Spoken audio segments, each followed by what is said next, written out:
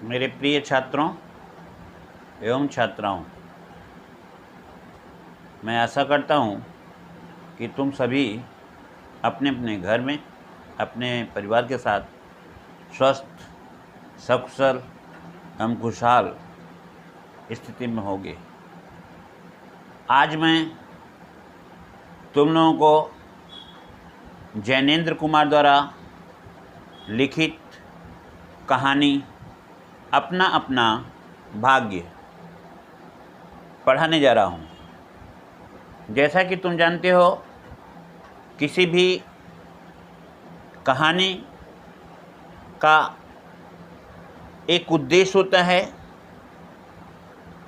उसी तरह इस कहानी का भी एक उद्देश्य है, क्योंकि बिना किसी उद्देश्य के कहानी को पढ़ना अथवा लिखना कोई नहीं चाहता है, और बिना किसी उद्देश्य के कहानी की रचना भी असंभव होती है। प्रस्तुत कहानी में लेखक ने जीवन के यथार्थ को चित्रित किया है। इस कहानी में कहानीकार ने एक गरीब बालक की मजबूरी की समस्या को उजागर किया है। बड़े ही कलात्मक ढंग से, प्रभावपूर्ण ढंग से व्यक्त किया है, जिसे हम कह सकते हैं कि उसके शब्द चित्र को ही देख करके, शब्द चित्र को सुन करके हमारे मन में एक प्रकार का भाव होता है। जहाँ एक और बालक गरीबी से, भूखमरी से परेशान है, वहीं दूसरी ओर और लोगों में गरीबों के प्रति उत्साह की भावना या उनके मदद करने की भावना की कमी को उजागर किया है। लेखक का मित्र गरीब बालक की मदद करना चाहता है, लेकिन उसके मदद में उसका सहयोग देने वाला कोई नहीं है। अंत में उपेक्षा का शिकार बालक की मृत्यु हो जाती है, जो बहुत ही दुखद है। दूसरी बात हम तुम्हें बताना चाहेंगे कि कहानी में शीर्षक की सार्थकता एक महत्वपूर्ण स्थान रखती है। इस कहानी में जो अभी हम कहानी तुमको सुनाने जा रहे हैं, पढ़ने जा रहे हैं, जैनेंद्र कुमार द्वारा रचित अपना अपना भाग्य, कितना सुंदर सा शीर्षक दिखाई देता है। समझ में आता है कि अपना अपना भाग एक महत्वपूर्ण कहानी का तत्व है।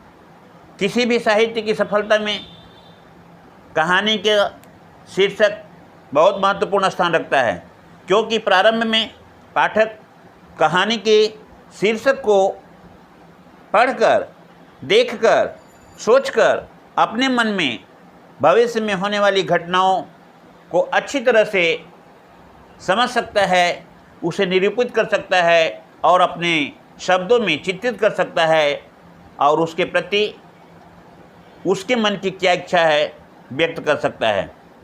कहानी में गरीब लड़के को उसके हालत तथा भाग्य के भरोसे ठंड में मरने के लिए छोड़ दिया जाता है।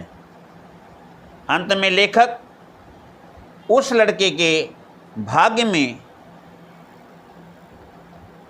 वही जगह, वही 10 वर्ष की उम्र, वही काले चिथड़ों कपड़ों की कमीज थी। आदमियों की दुनिया में बस यही उपहार उसके लिए छोड़ के दिया गया कि कहानी के शीर्षक की सार्थकता को पूर्ण रूप से व्यक्त करता है अपना अपना भाग्य। अर्थात हर व्यक्ति की अपनी मानसिकता होती है, और व्यक्ति चाह करके भी कभी कभी अनचाहे कार्य को करने के लिए विवश हो जाता है। इस कहानी में मुख्य 3 ही पात्र हैं, लड़का, लेखक और लेखक का मित्र। तो मैं जैनेंद्र कुमार द्वारा लिखित कहानी अपना अपना भाग तुम लोगों को पढ़कर समझाने जा रहा हूँ। कहानी ध्यान से देखो, पेज नंबर 26 पे अपना अपना भाग्य। पिछले वीडियो में एक लड़के ने कमेंट किया था, सर किताब दिखा दीजिए, तो मैं किताब दिखा दे रहा हूँ फिर से एक बार जो है तुम लोगों को। यह साहित्य सागर किताब है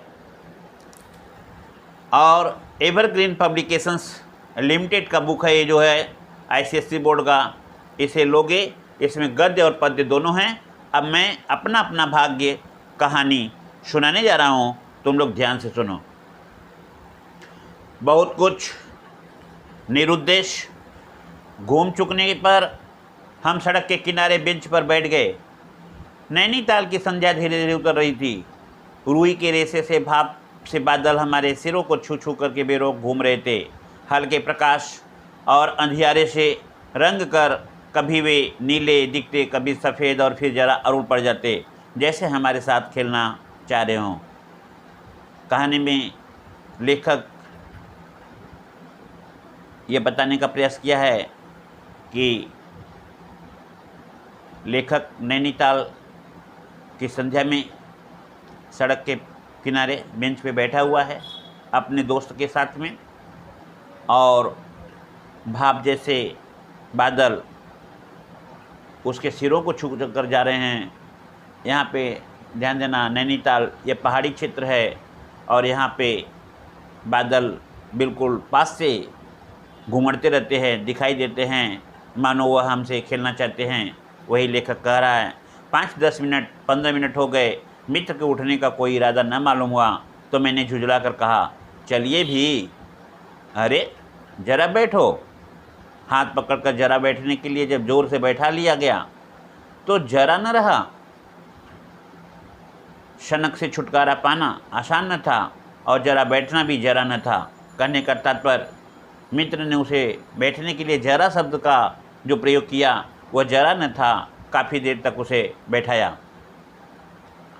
चुपचाप बैठे तंग हो रहा था, कूड़ रहा था कि मित्र अचानक बोले, देखो देखो वह क्या है। मैंने देखा, कुहरे की सफ़ेदी में कुछ ही हाथ दूर से एक काली सी मूर्ति हमारी तरफ आ रही थी। मैंने कहा, होगा कोई। 3 गज की दूरी से दिख पड़ा एक लड़का, सिर के बड़े बड़े बाल खुजलाता चला आ रहा था, नंगे पैर, नंगे सिर, एक मैली सी कमीज लटकाए हुए। पैर उसके न जाने कहाँ पड़े थे। वह न जाने कहाँ जा रहा था, कहाँ जाना चाहता था। न दायां था न बायां था। पास की चुंगी लालटेन के छोटे से प्रकाश वृत्त में देखा, कोई 10-12 वर्ष का लड़का रहा होगा। गोरे रंग का लड़का था पर मैल से काला पड़ गया था। आंखें अच्छी थी पर सूनी थी। माथा जैसे अभी अभी से झुर्रियाँ खा गया था। इस पैराग्राफ में, इस गद्यांश में यह स्पष्ट किया गया है कि बालक गरीब था, भूख से तंग था, न उसके पैर में पहनने के लिए कोई चप्पल जूते थे और न सिर पे रखने के लिए कोई टोपी थी और न ही उसे खाने के लिए भोजन मिला था। वह एक तरह से मानो इतना तेज़ चल रहा था, दौड़ रहा था कि पता ही नहीं चल रहा था वह कहाँ जाने वाला है। वह हमें न देख पाया। वह जैसे कुछ भी न देख रहा था, न नीचे की धरती, न ऊपर, चारों ओर फैला हुआ पूरा, न सामने का तालाब और न एकाकी दुनिया। वह बस अपने निकट वर्तमान को देख रहा था। यहाँ पे ध्यान देने योग्य बातें हैं। जब व्यक्ति खुद परेशान होता है, भूखा, नंगा, प्यासा, जिसके पास न घर है, न रहने के लिए मकान, न खाने के लिए भोजन, वह व्यक्ति फिर और दूसरों को नहीं देखता है, वह सिर्फ अपने ही धुन में रमा रहता है कि किस तरह से उसे खाने के लिए भोजन, रहने के लिए घर और पहनने के लिए कपड़े। जैसा कि हम जानते हैं, मनुष्य की 3 आवश्यक आवश्यकताएं हैं, रोटी, कपड़ा और मकान। उसी के अभाव में वह बालक दौड़ रहा था। मित्र ने उसे देख करके बच्चे को आवाज़ लगाई, ए। उसने अपनी सूनी आंखें फाड़ दी। उसने माने बच्चे ने जब सुनी कि कोई उसे पुकार रहा है तो उधर देखने लगा। दुनिया सो गई, तू ही क्यों घूम रहा है? बालक मूक, माने बालक चुप था, फिर भी बोलता हुआ सा चेहरा लेकर के खड़ा रहा। कहाँ सोएगा? यहीं कहीं। कल कहाँ सोया था? दुकान पर। आज वहाँ क्यों नहीं? नौकरी से हटा दिया।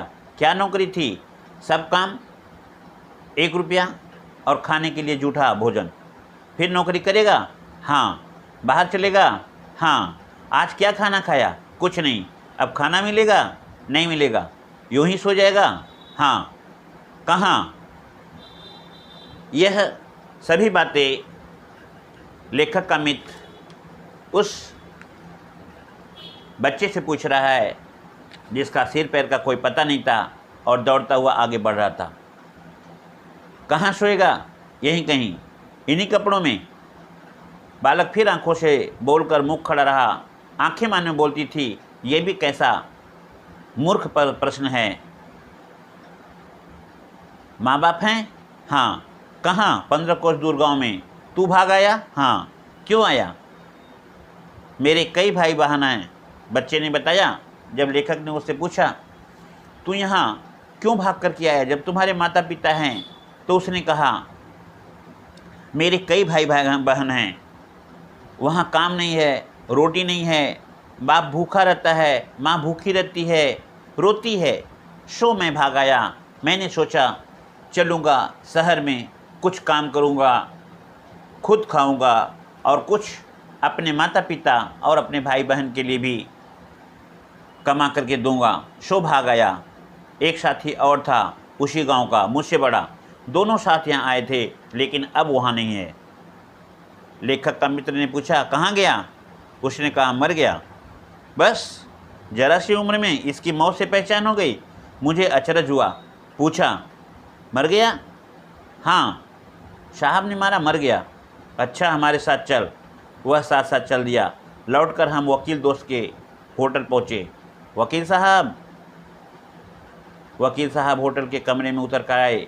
कश्मीरी दुशाला लपेटे थे, मोजे चढ़े, पैरों में चप्पलें थी, स्वर में हाथ की झुलझुलाहट थी, कुछ लापरवाही।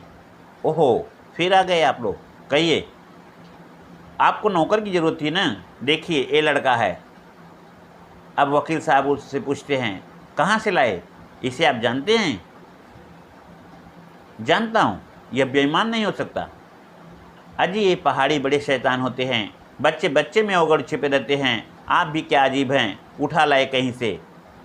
लो जी, यह नौकर लो, मानिए तो यह लड़का अच्छा निकलेगा। आप भी खूब हैं जी, बस खूब हैं। ऐसे गैर को नौकर बना लिया जाए और अगले दिन वह न जाने क्या क्या लेकर के घर से चंपत हो जाएगा। आप मानते ही नहीं, मैं क्या करूं? वकील साहब ने कहा, मानूं क्या? खाक। आप भी जी अच्छा मजाक करते हैं। अच्छा, अब हम सोने को जाते हैं। और वह 4 रुपया रोज की किराए में कमरे में सजी मसहरी पर सोने झटपट चले गए। बालक कुछ ठहरा, मैं असमंजस में रहा। तब वह प्रेत गति से एक ओर बढ़ा और कुहरे से मिल गया। हम भी होटल की ओर बढ़े। हवा तीखी थी, हमारे कोटों को पार कर बदन में तीर सी लगती थी। सिकुड़ते हुए मित्र ने कहा, भयानक शीत है, उसके पास बहुत कम कपड़े हैं। यह संसार है यार। मैंने स्वार्थ की फिलॉसफी सुनाई। फिलॉसफी का मतलब होता है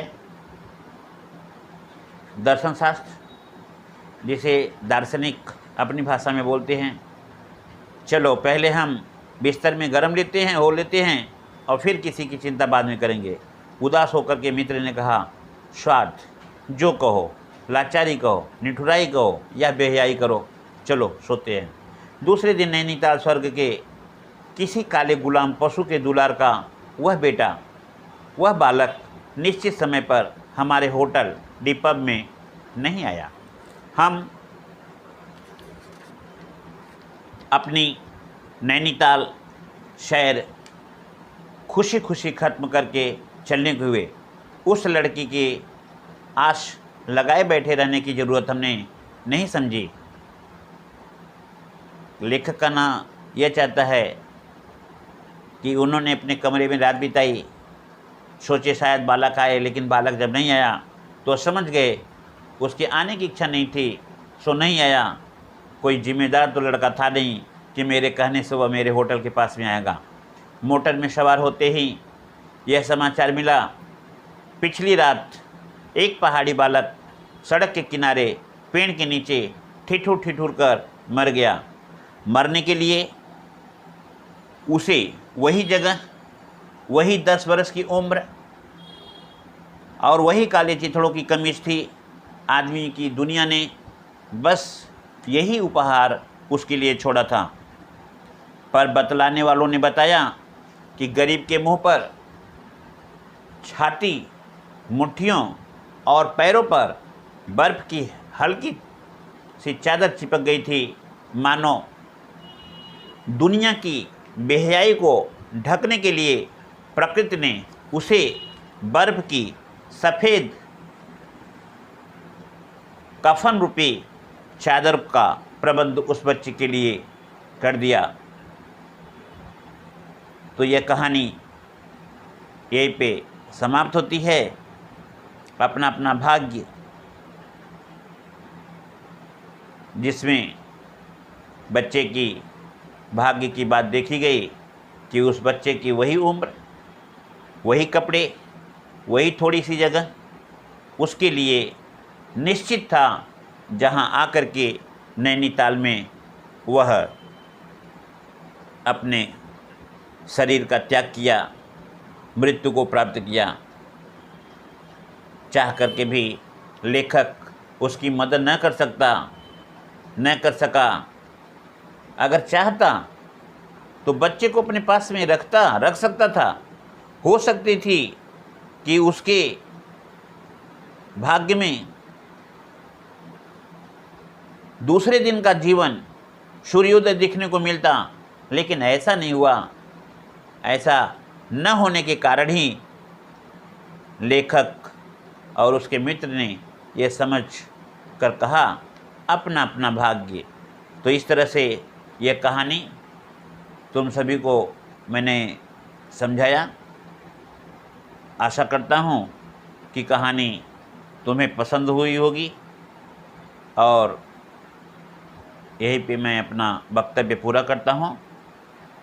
जैनेंद्र कुमार द्वारा रचित कहानी अपना अपना भाग्य यहीं पे समाप्त करता हूँ। धन्यवाद।